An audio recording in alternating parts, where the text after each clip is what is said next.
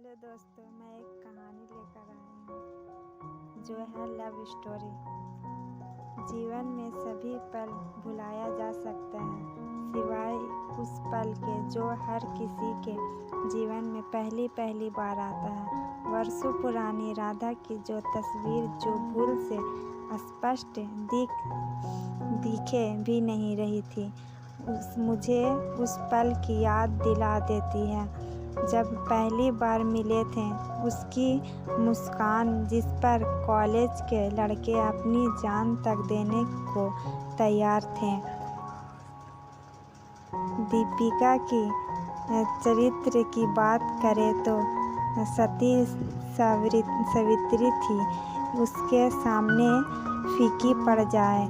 पहली बार हम मिले तो ऐसा लगा कि हम एक दूसरे के लिए बने हैं, पर जब तक प्यार का इजहार ना हो उसे अपनी नहीं समझना चाहिए।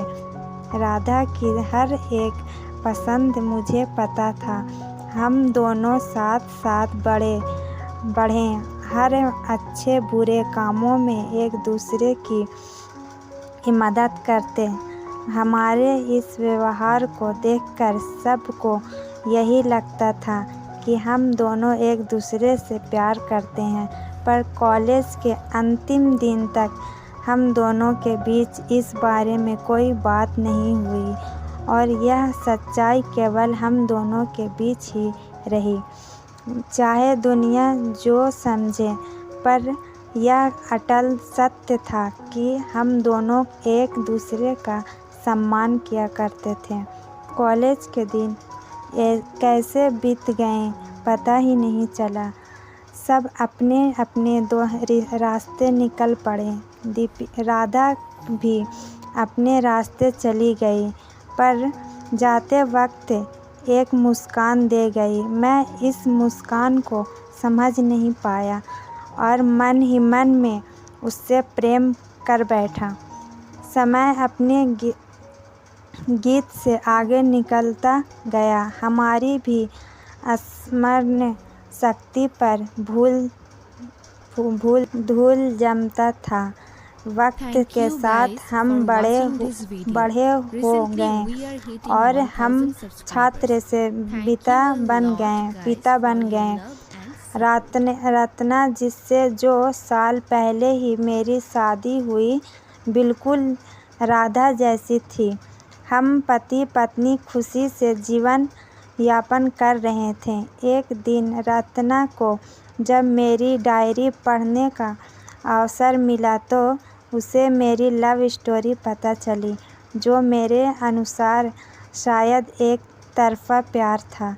मेरी पत्नी, जो कि दीपिका की बचपन की सहेली थी, राधा की सारी कहानी सुना डाली। इसकी कहानी सुनकर आज दीपिका के लिए सम्मान दुगनी हो गया था। राधा एक गरीब किसान की एकलौती संतान थी।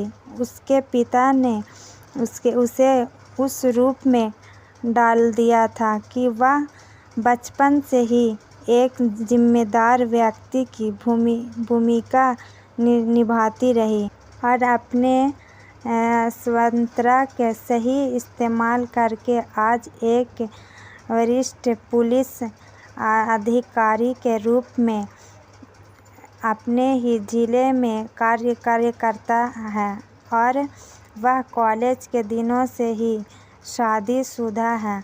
शायद यही वजह होगी जिससे हम दोनों के बीच वो प्रेम नहीं पनप सका जो एक प्रेमी को उसके प्रेमी से होता है, चाहे जिस तरह थी।